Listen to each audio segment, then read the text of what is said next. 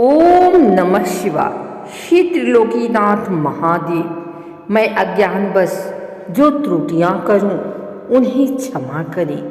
हे भोलेनाथ, आपकी कृपा से इस पावन सोमवार व्रत की कथा प्रारंभ कर रही हूँ।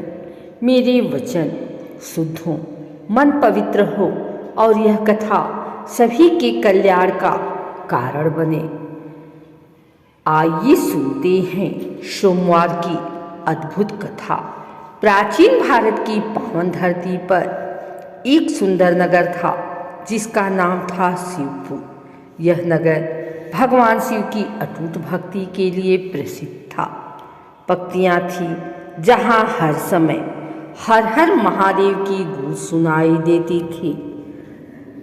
उसी नगर में एक गरीब लेकिन अत्यंत शिव भक्त ब्राह्मण रहता था। उसका नाम था गिरिधर। गिरधर अत्यंत शांत, सरल और भक्तिमय स्वभाव का था।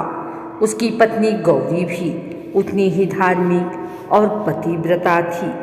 उनका जीवन बहुत सरल था, कम भोजन, सादा वस्त्र, लेकिन मन में असीम संतोष था।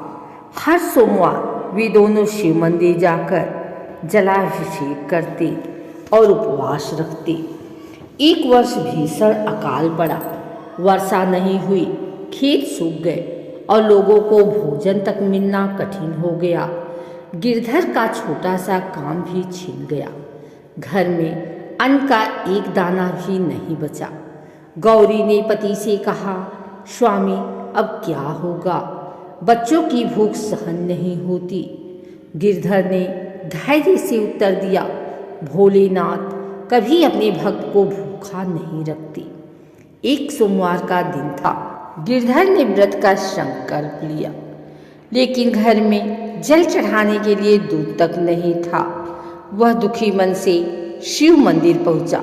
उसने केवल शुद्ध जल चढ़ाया और आंखें बंद करके बोला, हे महादेव, मेरे पास कुछ नहीं है शिवा भक्ति के। रात को गिरधर को स्वप्न आया। उसने देखा कि एक वृद्ध साधु उसके घर के द्वार पर खड़े हैं। उनका शरीर तेज से चमक रहा था।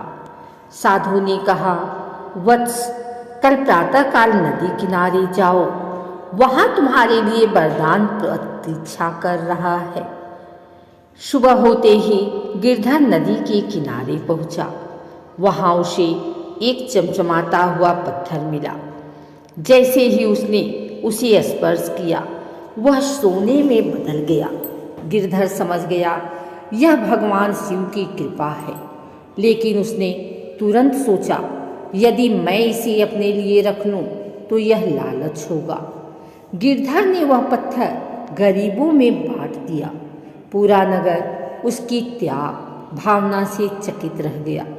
उसी रात शिव जी फिर स्वप्न में आए और बोले, त्याग ही सच्ची भक्ति है।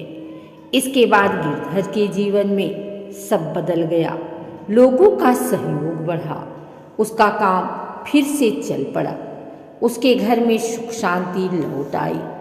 लेकिन अब उसका जीवन भोग का नहीं, सेवा का बन गया। नगर में एक धनी व्यक्ति था, भोपाल सेठ। वह शिव भक्ति का मजाक उड़ाता था। उसे लगा, अगर शिव सच में भगवान है तो मुझे क्यों नहीं धन देते। कुछ ही समय में उसके व्यापार में भारी घाटा हुआ।